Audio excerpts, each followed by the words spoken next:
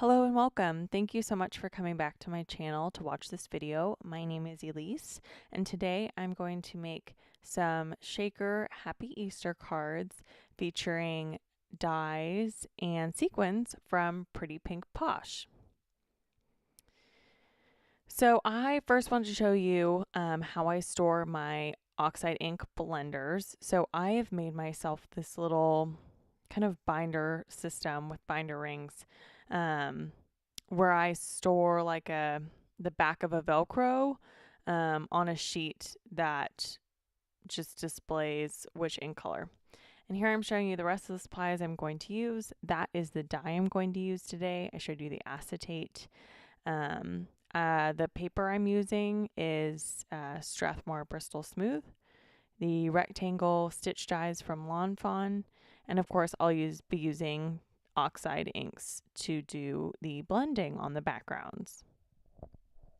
I really like using oxide inks versus regular distress inks. I actually stopped buying regular distress inks once the oxides came out because I find it so much easier to blend with them.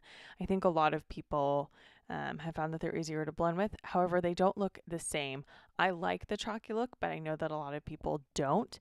So oxide versus regular really is a personal preference. I'm just rolling out my Ranger mat here so that I can ink blend on it. I don't like to ink blend straight onto my cutting mat because I don't want to discolor it or ruin it in any way. So again, getting out my little blending foams here, finding the ones I need. So for the yellow, I'm using Squeeze Lemonade, which is a new color, and Fossilized Amber, which I believe came out in the first release. And for the purple, I'm using Shaded Lilac, again, a new color, and Wilted Violet, which is one that was previously released. I'm getting out here a little bit of Post-it tape. I'm going to use that, the sticky side against my fingers to hold the paper down so that I don't get ink all over them. I have sped this up to be 4 times fast because it takes me a while to ink blend. And nobody wants to hear that long and watch me ink blend. So I thought it would be easier if I just sped it up. So I'm kind of just doing an ombre look with these 2 colors. So a lighter and a darker for each color family, whether that be the yellow or the purple. These yellows are a lot closer in color than the purples are, and you'll see that in a minute that the purple definitely is a much more dramatic change than this yellow background is. So again, using that Post-it tape to keep my fingers out of the ink and keep them clean. Using a distress sprayer to spray on some water and a microfiber towel to pick it up. I find that if I use a like a paper towel, I get the pattern of the paper towel into my ink when I'm picking it up. Does anybody else have that problem? I seem to have that problem often. So here is the purple panel. By the way, these panels are a little bit bigger than a typical card front. A2 size card is 4¼ by 5½, but Strathmore Bristol Smooth comes in 9×12. So when you cut it into panels, it ends up being 4½ by 6, so a little bit bigger, which I think is nice because you can cheat some room, but I'm not even going to use these full panels or even an A2 size panel. I cut these down in a minute. So again, using the distress sprayer, that's so hard to say, and sopping that up with my microfiber towel. I bought some of this purple tape. This is my first time using this tape, and I don't know how I feel about it. Everybody raved about it, and you know, all of the card makers that I watch, and so I bought a roll, and I have a really hard time removing it from the paper and the die. So I kind of left a little bit of that struggle in there. Am I doing something wrong? Please let me know. I don't know if it's because I've run it through the die cut machine, but I did see, I think it was Jennifer McGuire using it in her die cut machine, and she did not have these problems. So I'm not quite sure. On that stitch rectangle, It is not the A2 size, but it is the size just smaller than that. That Lawn Fawn set comes in a large and a small size, and I have both. So I think that's the biggest of the small set, if that makes sense. Here is that Pretty Pink Posh Happy Easter shaker, and I'm using my T-ruler just to make sure that I have this lined up straight in the middle. And then once I have it straight, I am just going to tape it in place using that same tape and pass it through my Big Shot. That bottom plate on my Big Shot is starting to get a little wonky and a little extra well done on the cutting. So I think I need to replace that one soon. When I replace my cutting pads, I just replace the top pad becomes the bottom pad, and then I bring in a new top pad, which is why my cutting pads don't match. I'm using my Tim Holtz piercing tool. I forget what this is actually called, stick tool, to poke out the inside of the die. I wish that I had passed this through twice, and I learned the hard way on this first one, and then on the yellow one I passed it through twice, and all of those inside pieces just came out a whole lot easier on that second one. I think because this die is so intricate and because my cutting plates have seen better days, to have passed those through twice would have been better. I don't know if you've got really nice fresh cutting plates if you'd have to pass this through twice, but I know that I passed the yellow one through twice and it was a lot easier. So here I'm poking out all of those pieces that make the window so that you can see through the shaker to the sequins. I have not made a shaker card in a really long time. So it was an interesting process just because I think I was out of the habit. And you'll see that in a minute. I forget things like how do you, take now that, that's all foam taped on the back and has the sequins in it, trying to get it mounted onto a card. Just things like that I just totally and completely forgot about because it's been so long since I made a shaker.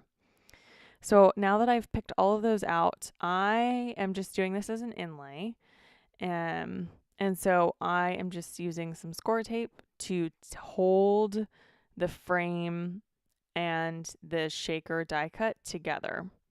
And a lot of what holds it together in the end is the acetate and the foam tape. But for right now, just holding it in place with some score tape and then just not removing that backing. Got out my acetate pieces, which I'm just giving a wipe down to make sure that they're clean. That acetate piece is a little large, so just going to cut it down, nothing fancy. And I am adhering the acetate down with score tape.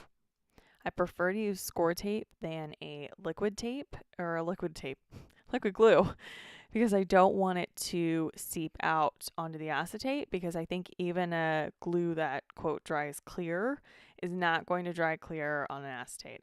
I could be totally and completely wrong, but that's just how I see it. So I'm taking teeny tiny bits of this score tape and putting it on some of those flowers and leaves to add some amount of stick and glue to some of those pieces on the inside of the shaker so that it would better stick to the acetate. So I'm going to peel off all of those backings. Peeling off backings is oftentimes not that fun, but that's okay. I also realize if you are a subscriber of mine or you've watched my previous videos, I filmed this after I got out of the shower and forgot to put my jewelry back on. So I am still engaged, just not wearing my ring in this video, which I realized halfway through filming. I was like, oh no, people are going to think things. So just like I said, peeling off all of those backings and adhering on that acetate.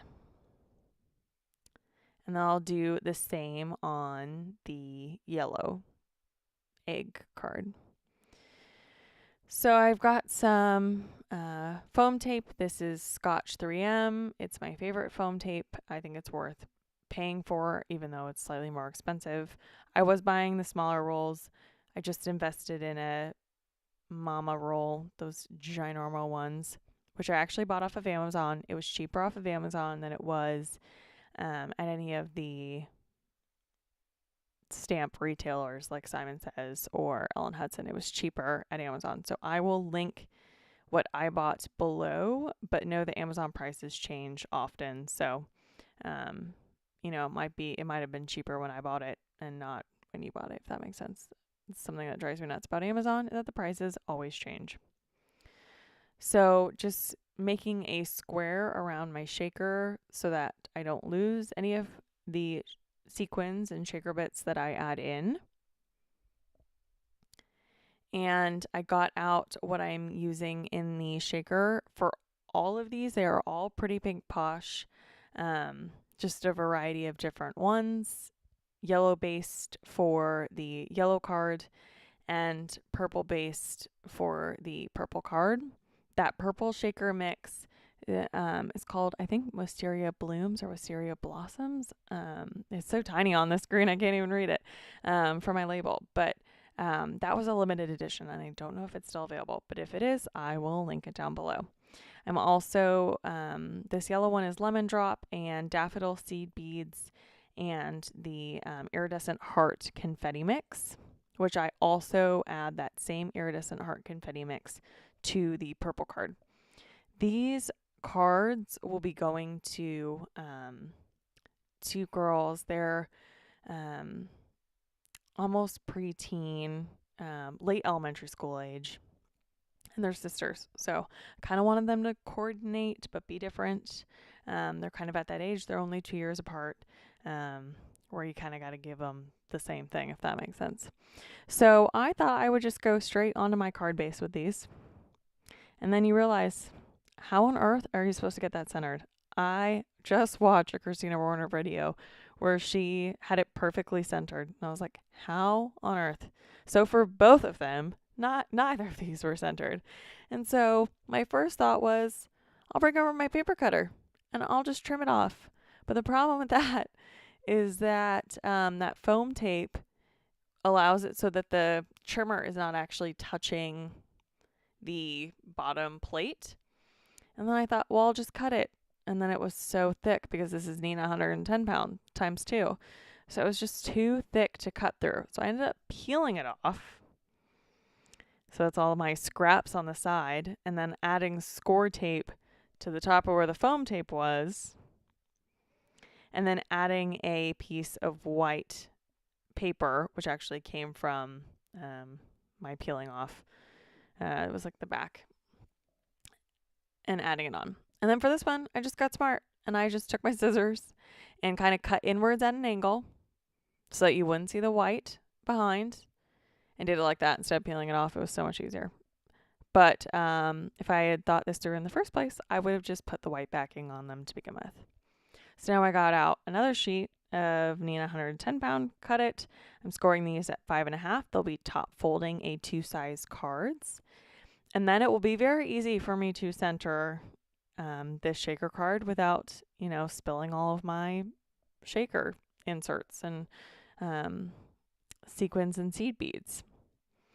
So I am using a ton of dot roller to adhere these down. I'm going to be putting these in the mail. Because they are thick, I'll be putting them into a padded envelope, and because they're going in the same house, I'll put them in the same padded envelope together. But I want to make sure that these will stand the test of time, so I'm using a lot of dot runner. I'm not shy about glue or tape or foam tape and things like that. I'd rather something stick and spend a few more cents on it. So in the middle, there's little flowers on that window, and the middles are empty. So I am using Nouveau Drops. These are the Jewel Drops by Nouveau. If you're a subscriber or watched my videos before, you know they're my favorite Nouveau Drops. They dry translucent but have a hint of color.